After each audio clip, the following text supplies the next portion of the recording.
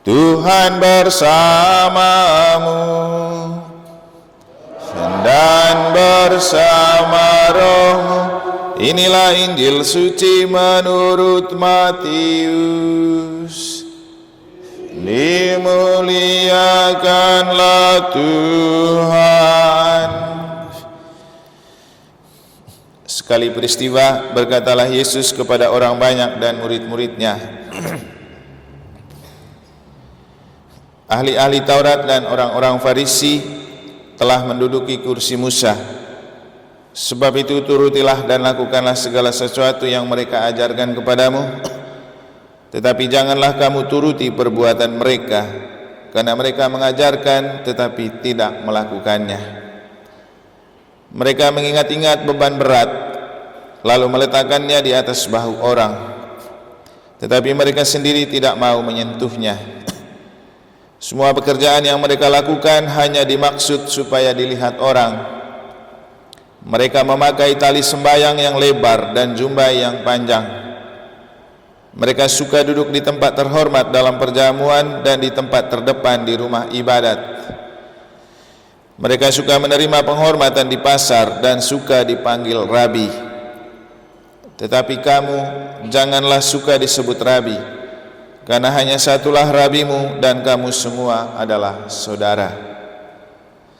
Dan janganlah kamu menyebut siapapun bapa di bumi ini, karena hanya satulah Bapamu, yaitu Dia yang di surga. Janganlah pula kamu disebut pemimpin, karena hanya satu pemimpinmu, yaitu Kristus. Siapapun yang terbesar di antara kamu, hendaklah ia menjadi pelayanmu. Barang siapa meninggikan diri akan direndahkan, dan barang siapa merendahkan diri akan ditinggikan.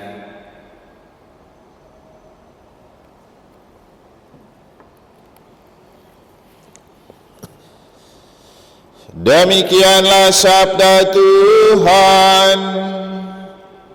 Terpujilah Kristus.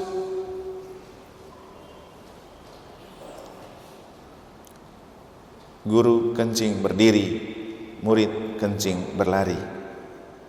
Itu adalah peribahasa yang langsung muncul dalam ingatan saya ketika coba memahami dan memaknai inti dari bacaan-bacaan suci yang telah kita dengar.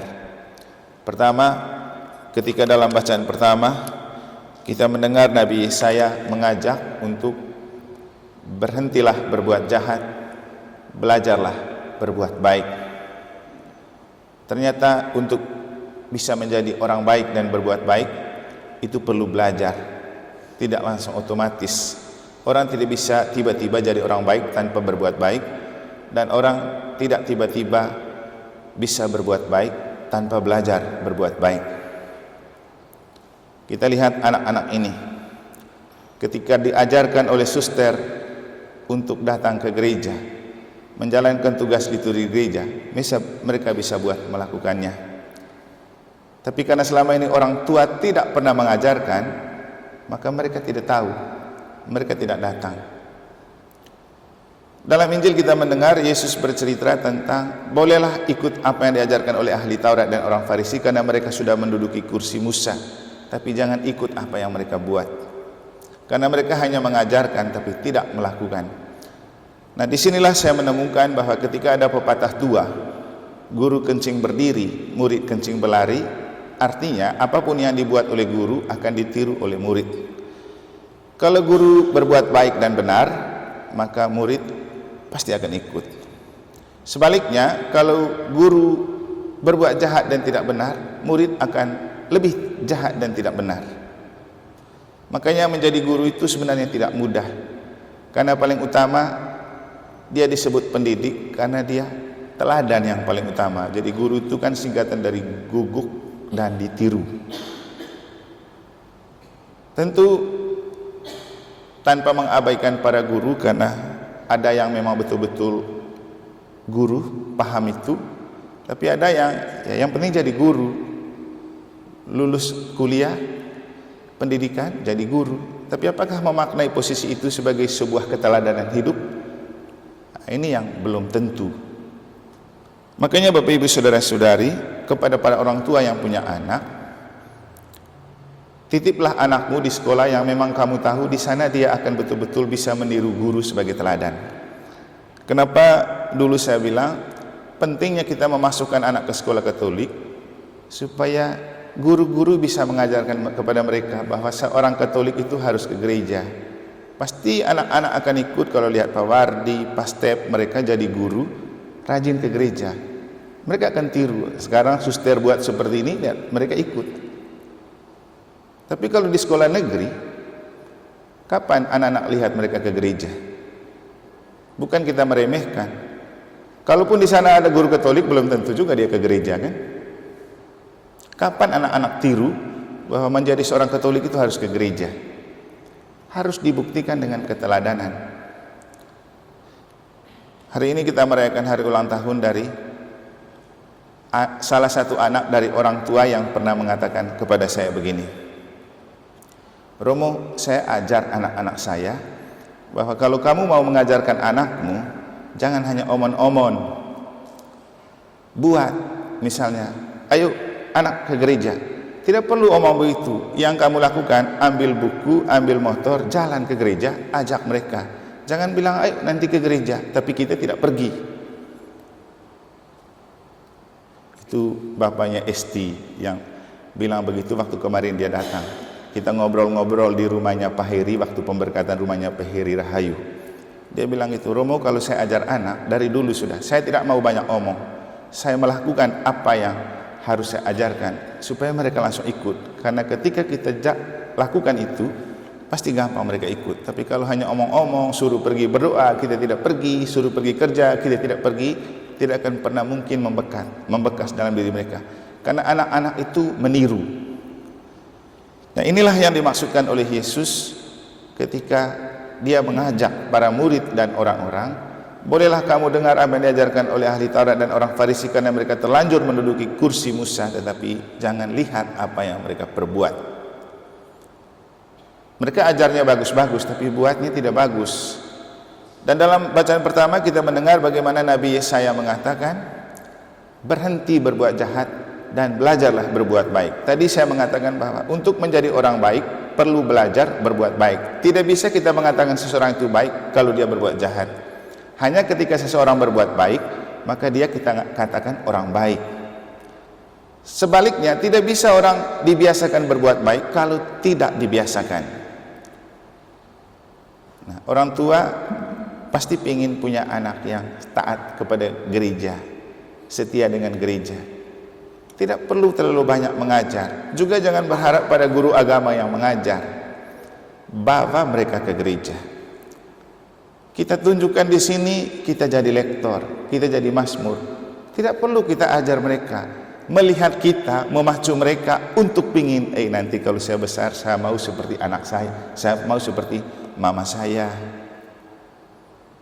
Anak-anak seperti Gebi, mereka itu tidak langsung begitu saja muncul, tapi sering dibawa ke gereja. Mereka lihat orang di gereja, nanti otomatis terbiasa, jiwa mereka itu dibangun dalam karakter mencintai gereja. Dan kita bisa melihat anak-anak dari orang tua yang kemudian aktif di gereja, tidak dengan sendirinya, harus dibiasakan. Nah, lihat anak-anak dari orang yang jarang dibawa ke gereja. Kadang ada anak-anak yang minta berkat pun, disuruh minta berkat pun takut, karena tidak biasa. Tadi saya pergi makan siang di, mereka punya, Jibril punya rumah untuk merayakan ulang tahunnya Jibril kemarin, padahal mamanya juga hari ulang tahun. Saya itu tertarik dengan cerita ketika Jibril itu pulang misa kemarin, dia tanya begini, Mama, apa sih maksudnya Romo itu taruh hati di tangan? Ternyata dia nyimak itu khotbah kemarin, kan dia di situ. Apa maksudnya Romo bilang taruh hati di tangan? Emang bisa taruh hati di tangan?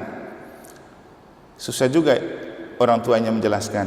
Terus karena di rumah itu ada sampah berserakan hasil mainnya mereka, ada mereka Alina, ada mereka Joyce. Lalu mamanya bilang, kakak bersihkan itu. Dia bilang, masa mereka yang buat kotor saya yang bersihkan. Lalu mamanya bilang, ya maksud dari Romo bilang taruh hati di tangan itu kalau disuruh lakukan dengan hati, jangan ngomel. Oh begitu, iya. Tapi lebih baik juga kalau seandainya waktu itu mamanya ambil sapu, langsung sapu, baru bilang ini loh maksudnya Romo itu. Kan tangannya mama pegang sapu sekarang. Sapu-sapu ini namanya taruh hati di tangan, taruh cinta di tangan. Pasti gampang dia mengerti. Tapi yang ingin saya katakan, Bapak Ibu, kalau mau punya anak yang baik, jadilah orang tua yang berbuat baik. Kalau mau punya anak yang aktif di gereja, jadilah orang tua yang sering ke gereja. Kalau mau anak aktif di KBG dan lingkungan, jadilah orang tua yang sering ke KBG dan lingkungan untuk berdoa, untuk sharing kitab suci bahwa mereka. Saya itu kadang makan hati kalau lihat orang tua datang tidak bawa anaknya dan ditanya, mana anaknya? Pergi main atau kerja pekerjaan rumah. Bapak Ibu kan bisa atur itu. Tapi untuk pergi latih mereka pergi berdoa begitu kan tidak terus-terus, sekali seminggu. Nanti susah Anda ajar dia. Mau hebat sampai bagaimanapun tidak akan bisa, kecuali membiasakan dia untuk terus dibawa. Karena kembali ke pepatah tua, guru kencing berdiri, murid kencing berlari. Sama juga, orang tua kencing berdiri, anak kencing berlari. Semoga Tuhan memberkati kita.